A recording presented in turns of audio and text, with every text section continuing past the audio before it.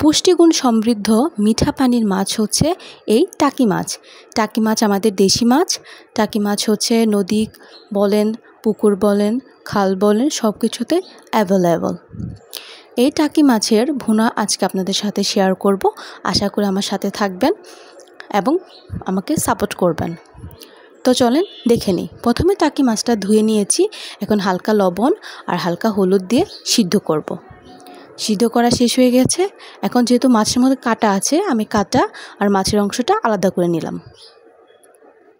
এখন নিয়েছি কড়াইয়ে পরিমাণ মতো সয়াবিন তেল, সাথে নিয়ে নিলাম কুচানো পেঁয়াজ,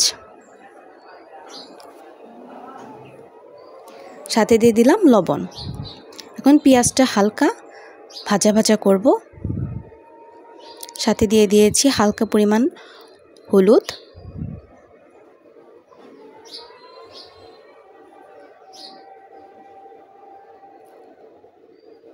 এখন একে সব মশলা দিয়ে দিব। সাথে আমি দিয়ে দিলাম কাঁচামরিচ,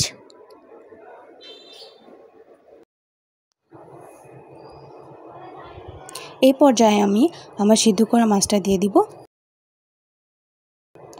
মাছের মধ্যে আমি দিয়েছি হালকা পরিমাণে আদা রসুন জিরা বাটা,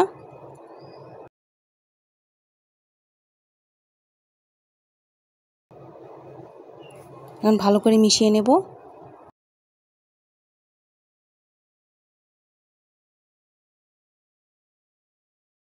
এখন দিয়ে দিলাম হালকা পরিমাণ মরিচের গুঁড়া,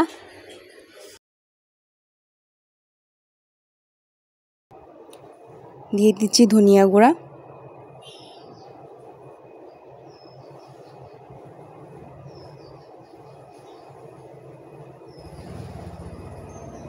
আস্তে আস্তে নাড়াচাড়া করতে করতে আমার পানিটা শুকিয়ে আসছে। এখন ভাজা জিরা গুঁড়া দিয়ে আস্তে আস্তে একটু নাড়াচাড়া করব। আমার টাকি ভুনাটা দেখেন কালারটা একদম চেঞ্জ হয়ে গেছে, আমার হয়ে গেছে। এখন আমি আস্তে আস্তে নামিয়ে ফেলব।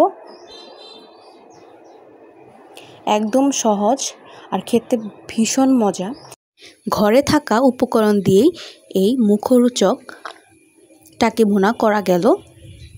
আর যেহেতু এই মাছটা অনেক অ্যাভেলেবল, তাছাড়া অনেক পুষ্টিগুণ সমৃদ্ধ, তো আপনারা বাসায় করে খাবেন এবং জানাবেন কেমন হয়েছে। তো এতক্ষণ আমার ভিডিও দেখার জন্য সবাইকে অসংখ্য ধন্যবাদ। আর একটা কথা হচ্ছে, এই ভুনাটা কিন্তু গরম ভাতের সাথে অনেক বেশি ভালো লাগে। অ্যান্ড দেখেন আমার ভুনাটা কেমন সুন্দর হয়েছিল।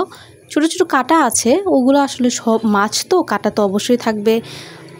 তো পরিশেষে বলা একটাই কথা, সেটা হচ্ছে আমার জন্য অবশ্যই দোয়া করবেন। অ্যান্ড সবাই সুস্থ থাকবেন, ভালো থাকবেন। আল্লাহ হাফেজ।